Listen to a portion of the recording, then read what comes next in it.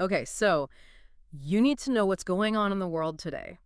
Buckle up because we've got a lot to cover. Strikes ending, elections heating up, hurricanes, international tensions, you name it. It's a lot to keep up with for sure. It really is. But that's what we're here for, right? To do that deep dive into the news cycle, today is October 4th, and we've been combing through sources like DW and Politico.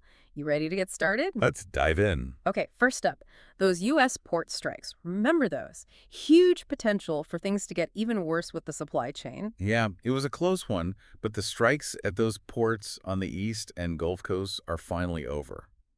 For now, at least. Thank goodness, right? Every day those ports were shut down. It's like, oh, no, billions of dollars gone and delays on delays. I mean, we're talking everything from car parts to those electronics we rely on every day, right?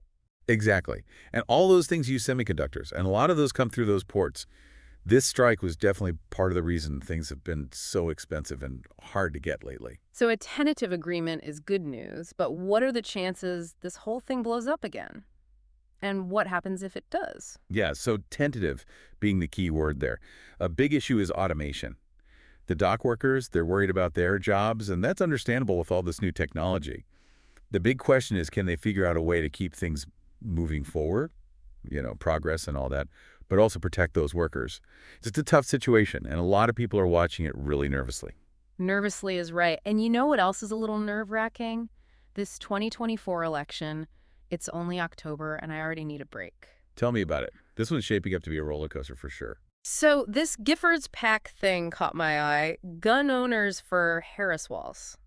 That seems like well, it's an interesting strategy to say the least, trying to bridge that divide in a major way. Yeah, they're definitely walking a tightrope there, trying to appeal to gun owners who are, concerned about gun violence, school shootings, things like that.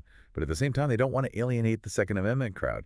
It's a delicate balance, to say the least. For sure, like walking into a lion's den and hoping they're feeling friendly.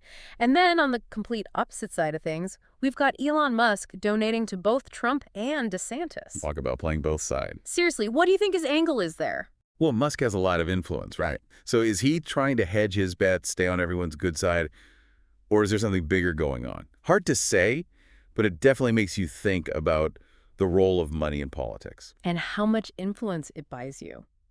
Okay, shifting gears here. President Biden's down in Florida and Georgia checking out the damage from Hurricane Helene. It's always interesting, isn't it? Seeing how a president handles a natural disaster. That's when they really need to step up and show leadership. Yeah, and with the election right around the corner, you know every move he makes is going to be under a microscope. People are going to be analyzing everything, looking for any little slip up. Absolutely. It's a tough spot to be in, for sure. Okay, so from a natural disaster here in the U.S. to, well, a different kind of storm brewing internationally. Russia just launched airstrikes on Lebanon. What's the deal there? That seems pretty major. Yeah, it's a complicated situation. The main thing to understand is that Hezbollah, which is a militant group in Lebanon, has ties to Iran. And Iran is an ally of Russia. So some people are seeing these airstrikes as Russia kind of flexing its muscles, sending a message to the West. And all this while the war in Ukraine is still raging on, shelling, fighting, it's just relentless. And speaking of Ukraine, there's some talk about reducing their debt, right? Right. It's a huge burden, all that debt. So Yeah, hopefully something can be worked out there to give them some relief. I hope so too. Okay, we've covered a ton of ground here, and it's a lot to take in. For our listeners who are now completely up to date, what's the one thing you really think they should be paying attention to in the next few days? Keep an eye on those port negotiations. That tentative deal is huge, but it's not a sure thing. If it falls apart, things could get messy. We're talking about a potential domino effect on the global economy, and right now things are already pretty shaky. Definitely something to watch closely. Well, on that happy note, thanks for joining us for another deep dive. We'll be back tomorrow to do it all again.